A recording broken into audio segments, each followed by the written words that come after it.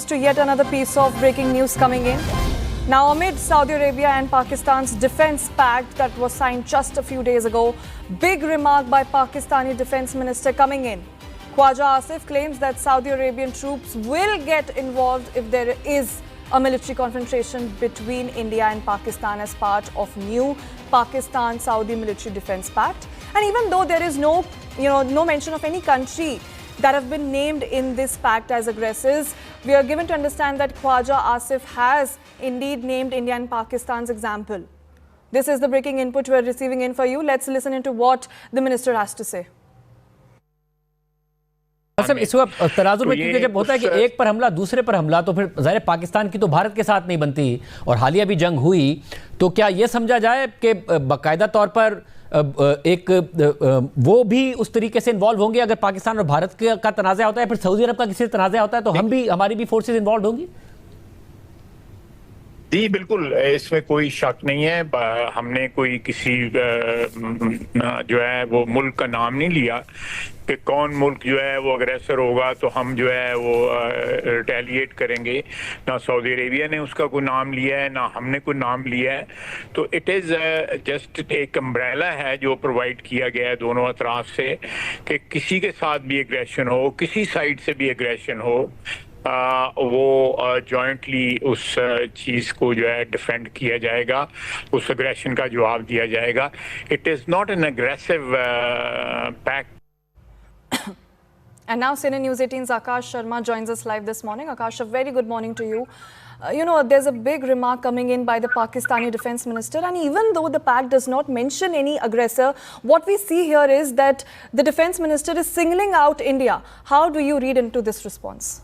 It was an answer to a question where the news presenter is in fact asking, about specifically India. And that's when the defense minister of Pakistan is talking about India.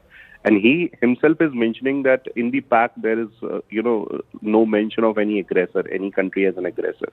As far as India is concerned, so, it is not a matter of concern for India. Also because of the fact that militarily also, if you see, so, India has got capabilities to deal with the possible, situation that can come in future. As far as experts are concerned, so experts say that, in fact, there is no definite point that can be a matter of concern for India, specifically given the fact that, India shares a good bond and good relation with Saudi Arabia as well. And, as far as technicalities of the pact are concerned, so there is a difference in opinion, of course. This pact can be a hurdle, I should say, in any sort of, operation like what we have seen just a few months ago. But then, experts are reading, in fact, this particular pact with a lens of what has been happening in the Middle East for quite some time. And for India, it is not a matter of concern up to that level. All right, Akash, thank you so much for joining us. We also have Colonel Rohit Dev joining us this morning. Colonel, a very good morning to you. Appreciate you taking time appearing on our channel. Now, there's a big remark coming in by the Pakistani defense minister, and what stands out here is the fact that he's singling out India. How do you view this? I don't think so. He's accurate in calling out for India, because if you see the fine print of the strategic sort of a pact, it is basically to enhance the defense cooperation and strengthen joint deterrence. Thereafter, yes, it does goes to say that the agreement states that aggression against any country shall be considered as against both, but it is not definitive on action where to be taken. So I don't think so. Pakistan should read much between lines. Saudi Arabia will never jeopardize the economic relations with India in the current future or the far future as well. And this is not, as people are trying to construe, some kind of a leverage being put on India at the behest of United States on the Middle Eastern countries for the oil trade with the Russians, which India is doing for the benefit of both, again, Europe and US itself.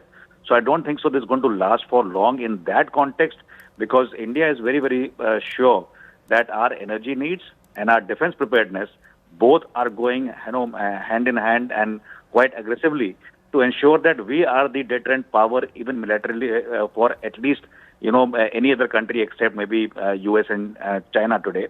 And I don't think so Pakistan should read anything into this. Yes, they are pledging their own troops. So they have about 2.5 million people staying in the Saudi Arabian soil. So Pakistanis are looking at their own interest. They are looking at, trying to get some kind of technology push through the Saudi Arabian country, through other countries of NATO. That must be their plan. But to say that it is going to, what will they do actually? Pakistan itself cannot, last for more than 4 days with a war with India. You think Saudi Arabia is going to pump in some weapon systems against India? It's not going to happen. If you're thinking about, the Saudi Arabian bases to be utilized by whom? Pakistan, they will go far away to come back to India with their aircrafts. I don't think so. This synergy is going to be, so to say, aimed against a country particular. Yes, there are Middle Eastern issues where Pakistan has, like the Islamic Caliphate dream it has tried to pledge its support to Turkey and other countries, trying to fight with Israel and others. It's a broader contour of that deterrence. It has no value of any aggression against a country called Bharat. And I will be, good to say that the Pakistanis should not live in some kind of a la-la land like this to try and construe from this pact that they're going to jeopardize the strategic interest of Bharat in Middle East or anything else. So I don't think so this is correct.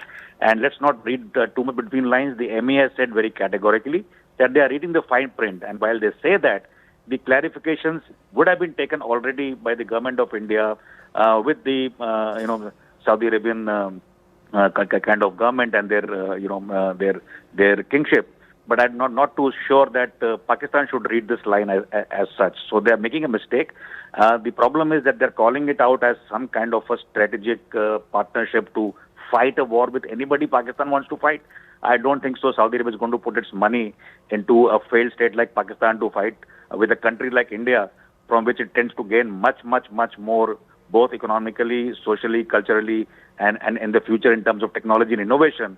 And the kind of investments which are coming mutually between Saudi Arabia, G2G, and also the business-to-business relations rising between the two countries, Pakistan has no chance to offset that, to try to do a skirmish in Kashmir and then invoke this pact. It's not going to happen. It's going to be read in the fine print as it happens. And Saudi Arabia as a country is not a fool to give money to Pakistan for every war it's going to fight. Yes, it is going to solidify the Islamic Caliphate against non-Islamic countries to the degree of promoting whatever they have been doing for the last 3 decades. That might continue, but that should not impinge on any relation, especially between Saudi Arabia and India. I'm not too sure about a few other Middle Eastern countries otherwise, but these countries are very strong for the future, and Pakistan can go ahead and keep saying whatever they want to say on any fora, because just talking to Trump and lending away Balochistan gas, or trying to deal with Trump's family in terms of crypto, or doing anything and selling their country, because they were now up for bidders. So they were selling it to China earlier. Now they want to shift gear and sell it to America for dollars. I'm not too sure how long this country, which is on sale, is going to last. And Saudi Arabia is going to use this country in terms of any deterrence capability it wants. So obviously it will be something like keep $2 foot soldiers going from Pakistan to man something for Saudi Arabia in their economic interests, their ventures, and maybe fight their wars. It's not going to be the other way around. You will not see Saudi Arabian army coming on the border to fight with the Indians. It's never going to happen in their wildest dreams, and they should not dream like this. So I think the Pakistani establishment should smell the coffee. Just signing this pact is not guaranteeing any sort of military application of the Saudi Arabian forces, especially against a country like India. So it's a cuckoo land they are living in. They are dreaming very big, but it's all false hopes. And India is very, very, very powerful to ensure that these economic ties do not take a contour of any muscle flexing by any Middle Eastern country. Right. Colonel, I also wish to understand a few things from you as far as the implications of this pact is concerned. Do you think this pact could lead to any arms race as far as South Asian region is concerned? See, there is nothing called arms race in this region otherwise. See, there are only a couple of powers which are left in this area. One is China, one is India. Insofar as Middle East is concerned, they have been largely handled by the United States of America and NATO country, with their bases being in these countries. And the interest has been because of the oil. So obviously, oil has been able to buy favors by deploying troops from developed countries. You see, these developed countries don't even put forces into United Nations missions, but they put bases in foreign lands like this to serve their own interest. So from that perspective, these countries have gained US money, US equipment, NATO equipment, and that's about all. But do these countries see a war in this region? They don't, because they want prosperity from the oil to be continued. They want future prosperity from renewable energies to continue. So they are doing everything in their pocketbook to make sure in the next 15 years there is an energy transition. They lead that. They have tech innovation. They are institutionalizing the entire thing by putting prize money on tech innovation in this entire region. So these are not the countries primarily who are going to be planning to fight wars and have an arms race within their own Middle Eastern countries.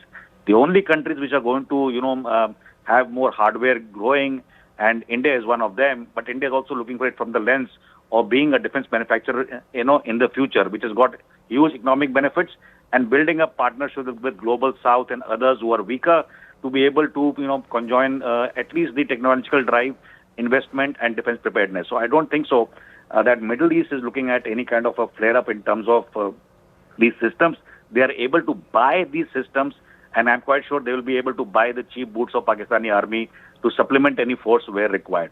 So I think that is their game. They don't put money into training their own people to die on battlefields. That's never been their concept currently, and that may be the concept of Pakistan, because there the lives are very cheap. But it's not the case in the Middle Eastern countries. They're a very developed feature. Most of the countries are aligned to a way for prosperity and not for military deterrences, and military aggression is absolutely taboo in the future as well. All right, Colonel, thank you so much for joining us and sharing your valuable inputs.